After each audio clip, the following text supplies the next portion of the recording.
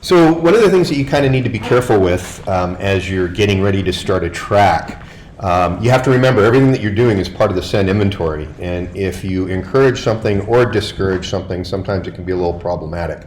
In this case, you're kind of encouraging this distraction right here because you're waiting to go for the gate to get open. Now, part of the problem with this is that Valient has no idea why you're stopping her. She's just assuming you're wanting her to pick up an odor to start the track. And you're kind of letting her just check everything right here. So part of the scent inventory is not to really encourage anything while you're waiting. You can keep walking around, but don't stop on any one particular thing because you never know what the dog might decide to take. So right here, Valient does a huge amazing job of picking up the track. See her detect it right here. She goes over, boom. This is the beginning of your track. Beautiful scorpion tail. She's actually already trailing, you know, so, you know, ideally she's on a track. You should probably let her go. You know, if you're going to try to get the scent article first, I would have come in off the track, but perhaps you didn't know that. So really, really nice trail. She's moving along fantastic. You did a great job of letting all that leash go before you started the track.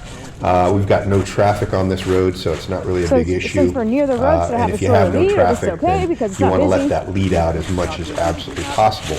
This gives the dog the freedom to make decisions, and more importantly, freedom to react to odor without you, a sea anchor, getting in the way of that activity.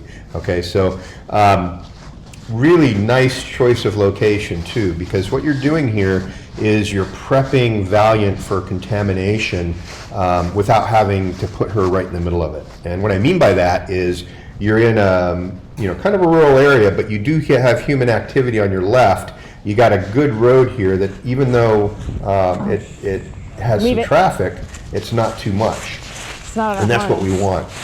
You want your dog on what I call the gray odor, the gray distraction odor. What gray distraction odor is that odor that is old or weak or in a distance that the dog knows is there, but the track odor is stronger in the dog's mind. But even though it kind of sucks to forget to put the dog into the harness, I want just to emphasize that, you know, you could put Valient in a purple tutu and she would still track regardless of what she's wearing or what you did with it. You know, a lot of times we get stuck in the thought that the equipment has to be just perfect. And even though it's really a good thing to be as good as you possibly can be, it's really more for us than it is for the dog, because the dog's never tracked with equipment before. They can definitely track without it.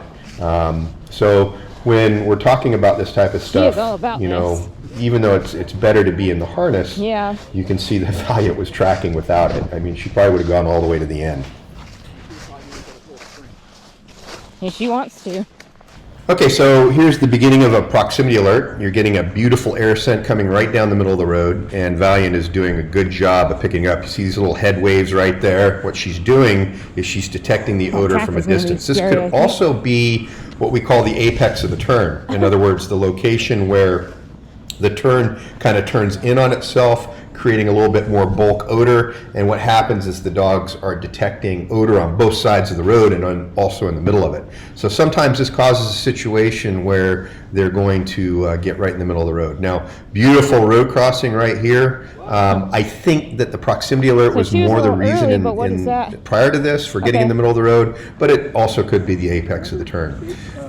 So she does a great job of hitting the track right here on the other side, but she also gave you a little bit of a proximity alert, again, right there in the middle of the gravel road. Frantic.